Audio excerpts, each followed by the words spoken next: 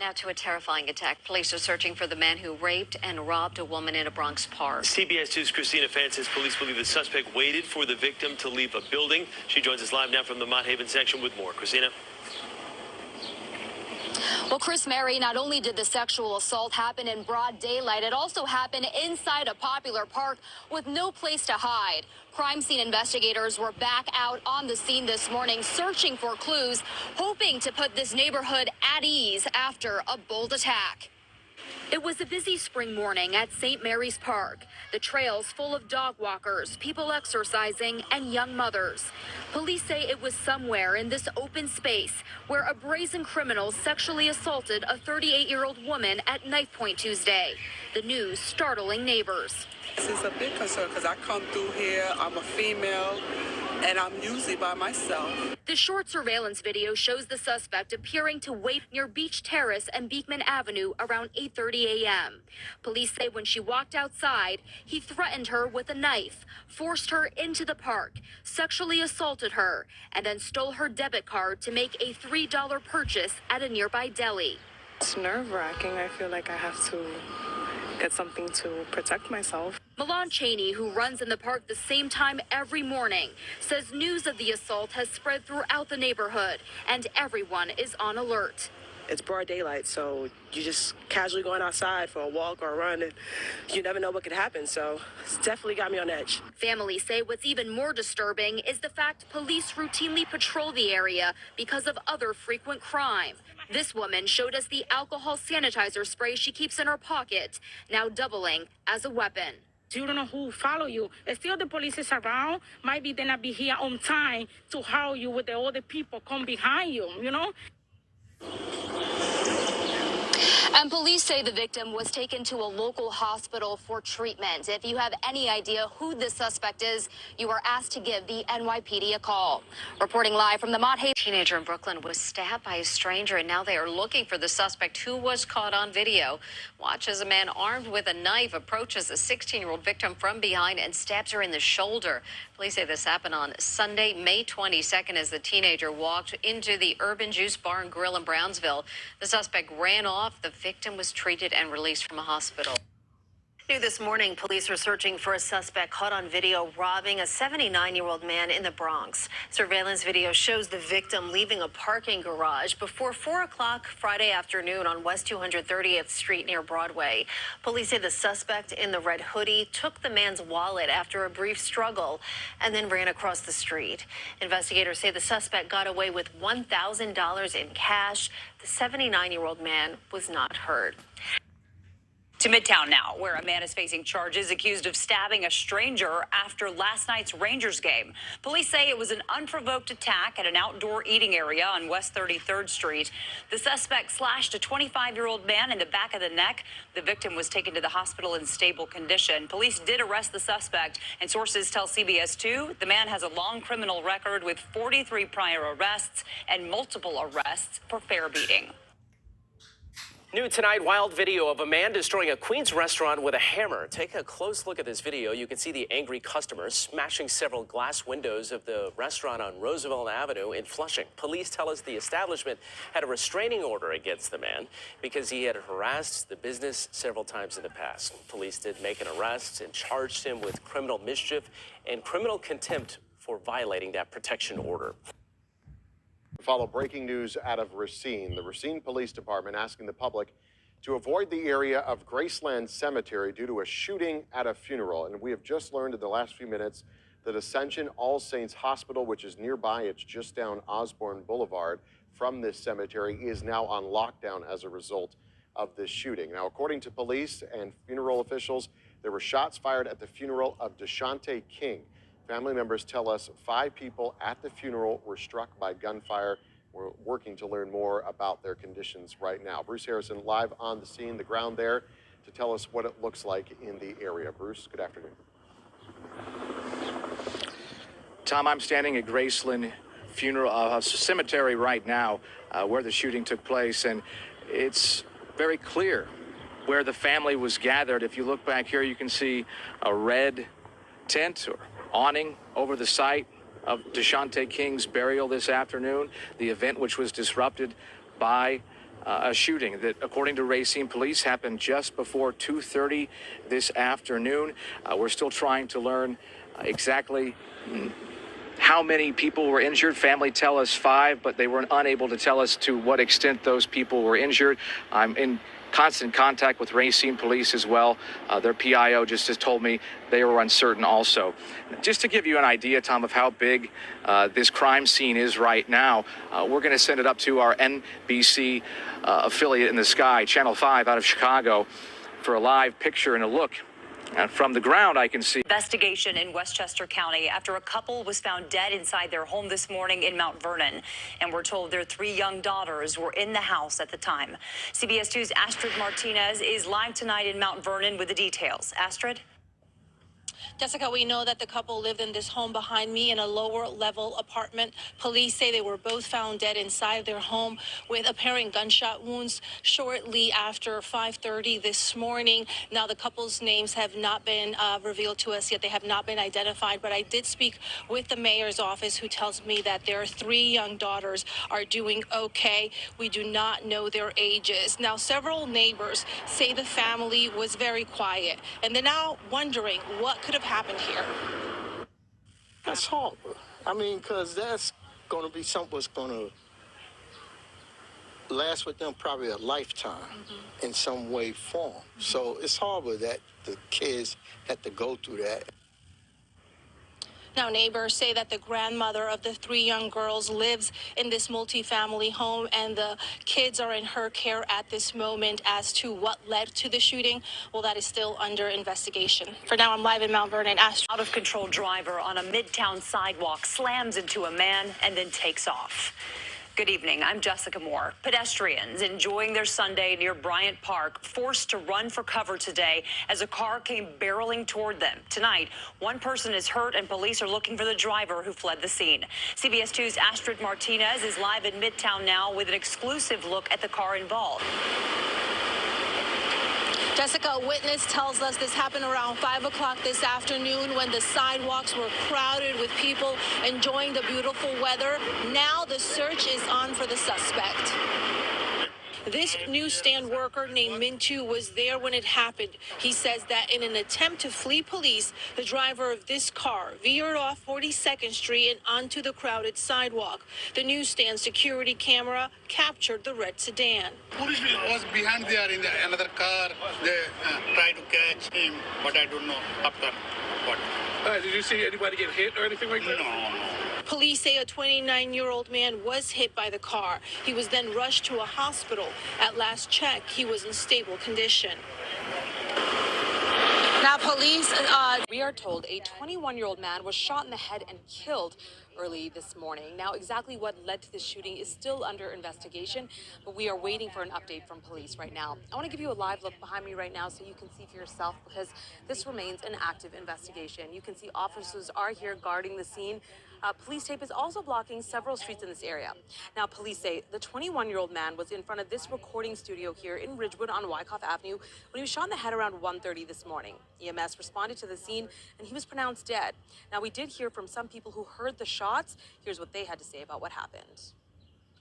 Well, I mean, that's sad. I mean, that's a studio right there. What kind of studio? It's a recording studio.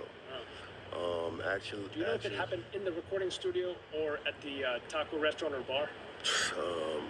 I would say probably right here outside, because when I came outside, well, from the way the shot sounded, it echoed like from right around here, like right around this area. And when I came outside, like the cops was already here, and you know, I was speaking to other bystanders and stuff, and they were like, yo, you know, somebody got shot and he ran off. After a 21-year-old man is found fatally shot in the head in Ridgewood. It happened inside what witnesses are calling a recording studio. 17-year-old got a hold of a handgun and used it last night in Hamilton Heights. Surveillance video shows the moment the shooter opened fire on busy Amsterdam Avenue, sending people running. CBS 2's Tony Aiello has reaction from the scene. The ad at the bus shelter is in Spanish and warns about hurricane season. The bullet holes piercing the ad speak of an even more pressing concern for New Yorkers. It's definitely getting concerning. Being a little bit more cautious, looking around me all the time. Surveillance video shows how gunfire shattered the Sunday night routine. Two figures walk past the bus shelter at 145th and Amsterdam, including one man wearing a green hoodie. A few minutes later, several more figures walk into frame. Suddenly, from halfway down the block, the man in the green hoodie turns and fires at least twice. People scatter for safety, including a man innocently waiting for the bus. Injured in the leg, he limps into a nearby bodega seeking help and safety. The NYPD has shot spotter technology at the corner.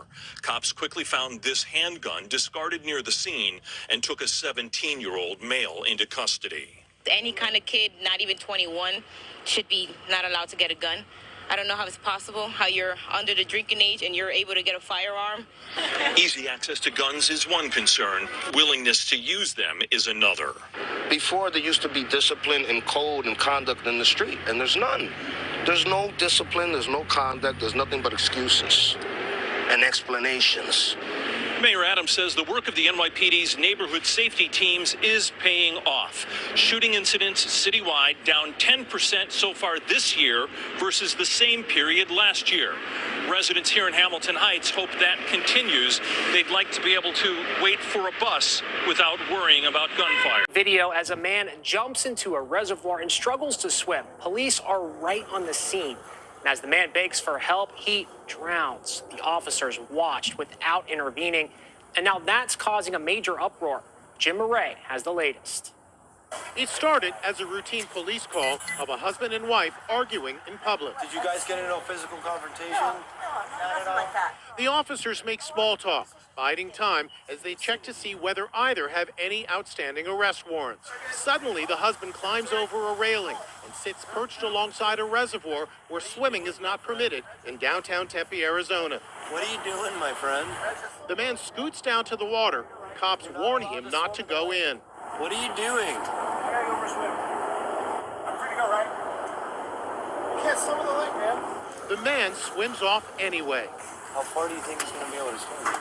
There he is, way out in the water. The edited body cam video stops due to what police are calling the sensitive nature of the material. Police transcripts show the man soon began begging for help. An officer told him, "I'm not jumping in after you." "I'm drowning," he yelled. Then a police officer told him to come back over to the pylon. The man, identified as Sean Bickings, responded, I can't. That's when the officer said, "Okay, I'm not jumping in after you." His distraught wife yelled at the officers, "He's drowning right in front of you and you won't help." Reporter Alexis Dominguez is covering the controversial drowning for 3TV and CBS 5 in Arizona. We obviously hear some outrage from people who are, saying that officers are meant to be here to protect the community. We also are hearing other people say, officer. Your help tonight identifying the robbery suspect seen in this surveillance video. A man, as you see, was held at gunpoint at a gas station in the 8900 block of Ridge Avenue in Philly last Thursday. Police say they stole his 2016 silver Nissan Rogue before driving away from the scene. If you have any information, you call the Philadelphia Police tip line. That is 215-686-TIPS. We have some new video tonight showing another attack in the subway system. Police are searching for the man who pushed a woman onto the tracks. Police say the woman did not know her attacker. It happened yesterday afternoon, just after 4:30 at the Jackson Avenue station in the Melrose section of the Bronx. The woman was taken to the hospital in stable condition. And a bus driver was hospitalized after being stabbed by a passenger during an argument in Brooklyn. Police say the 39-year-old driver was confronted by the suspect trying to access his bus through the back door. The two then got into a fight, which ended with the driver being stabbed in the stomach and slashed in the eye. It happened around 12:20 a.m. in the Prospect Lefferts Gardens section. The suspect fled the scene and is still on the loose. A wild attack in the Bronx. A man suddenly shoves a woman onto the subway tracks at the Westchester Avenue, Jackson Avenue station. It happened on Saturday just before 5 in the afternoon. The 12-year-old boy is in a juvenile detention facility after robbing a Hartford, Michigan gas station at gunpoint. A shocking scene caught on store surveillance. It left the cashier fearing for her life. The clerk was very shook up. Matter of fact, she thought that after he fired the round that she might not see her kids again. Van Buren 911. What is the address of the emergency? Yeah, all right. He was in the store. He was just a little boy. He was probably like, I don't know, like maybe 10. I didn't know what to think. I just grabbed the money and gave it to him. The boy seen calmly waiting in line back on June 1st before his turn at the counter.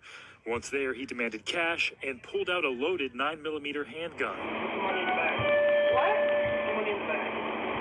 Are you serious? Yeah. Here, get out, Brian. Here, take it. That gunshot into the ceiling, proof enough for the clerk that this was no joke. The boy's name has not been released by authorities. We're blurring his face because he's a minor. He took off with $3,800, according to police. But officers say they caught him less than 5 minutes later, crouched between two buildings. He actually had his hands like he would possess a firearm. And he actually turned towards him with his hands together. He's probably very lucky that he did not get shot. After being taken into custody, police say the boy told them the heist wasn't even about the money. He told me he did not do it for the money, that he would have thrown the money into a sewer. The boy allegedly telling officers he did it for a personal reason, and his plan would be ruined if he told them why. You know where he got the gun in the first place? The firearm had been taken from a locked safe. Somehow the child was able to learn the combination and open the safe and remove the firearm. A 10-year-old is in custody for murder. Orlando police say the girl's mom got in a fight with another woman late at night on Memorial Day at an apartment complex off Mercy Drive. Police said the girl's mom, Lucretia Isaac, punched LaShawn Rogers, who hit back. Isaac reportedly threw her daughter a bag with a gun inside. According to the police, the 10-year-old girl fired 2 shots, killing Rogers. We spoke with a relative of the woman who died, who didn't want us to show her face. It could have been self-defense. Your child should have been in the house at this time of night, or even while you dealing with anything. Still holding the gun, the girl reportedly said she shouldn't have hit my mama. Tuesday, police arrested the elementary student and charged her with second-degree murder. State Attorney Monique Worrell's office reacted just a few hours later, said no charging decisions were made yet. Quote, "We anticipate that whatever charges we eventually file, if any, will ensure she receives the interventions necessary to address her behavior, help her change and grow, and ensure the public's safety." Involved in an armed robbery at a bodega. This happened just after midnight, May 2nd, at a store along Hillside Avenue in Jamaica, Queens. One of the suspects walked up to the employee behind the counter, pointed a gun at him, and told the clerk to open the register. The 2 other suspects went behind the counter and took more than $1,000 in cash. Police investigating a deadly shooting at a pharmacy in the Bronx. Happened around 1:45 this afternoon in Tremont. Police say a 27-year-old walked into the Amazing Pharmacy on East Tremont and Arthur Avenues when 4 men followed him inside and tried to rob him. A gunman shot the victim once in the chest and he died at the hospital. Police are now searching for the suspects. Police are searching for a man caught on camera randomly opening fire in a neighborhood in Brooklyn. It happened on Prospect Place in Crown Heights just after 7 last night. Luckily, no one was wounded. Do you recognize this guy? Because if you do, please call Crime Stoppers. And police investigating a citywide robbery pattern. Investigators say 25 of the robberies took place in the Bronx. One of them happened in the Fort George section of Manhattan. Officials say in each incident, a number of people drive a dark-colored vehicle. The suspects stop, approach the victim as they walk in the street, and then steal the person's property at gunpoint. That's right before taking off. Thankfully, none of the victims were injured.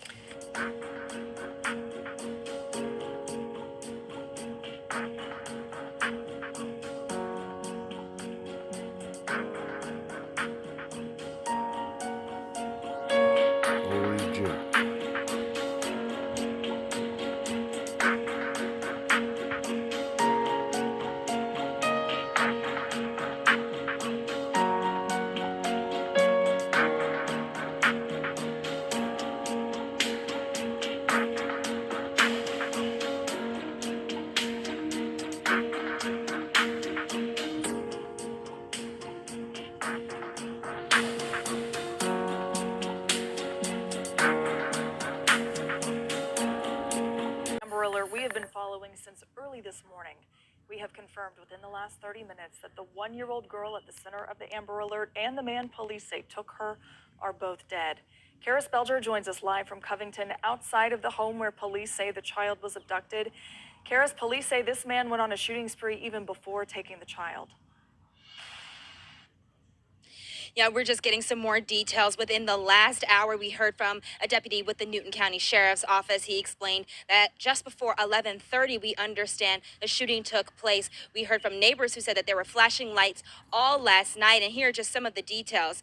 I was told that deputies were met at the door by 2 younger children around the age of 11 and 12. They found that the child's mother had been shot, as had the grandmother as well. That child's mother is dead now. The grandmother is in the hospital. Deputies also told us that the baby's father took the child took the child last night, and we now know that both the father and child are dead as well. We heard from neighbors earlier who said that this is not something they expected, that they have lived in this neighborhood for years. In fact, they moved here because it was so quiet, and when they saw the flashing lights, they were completely shocked. And now, after hearing the resolution of what had happened with their neighbors, they are just completely in shock and still processing everything that happened.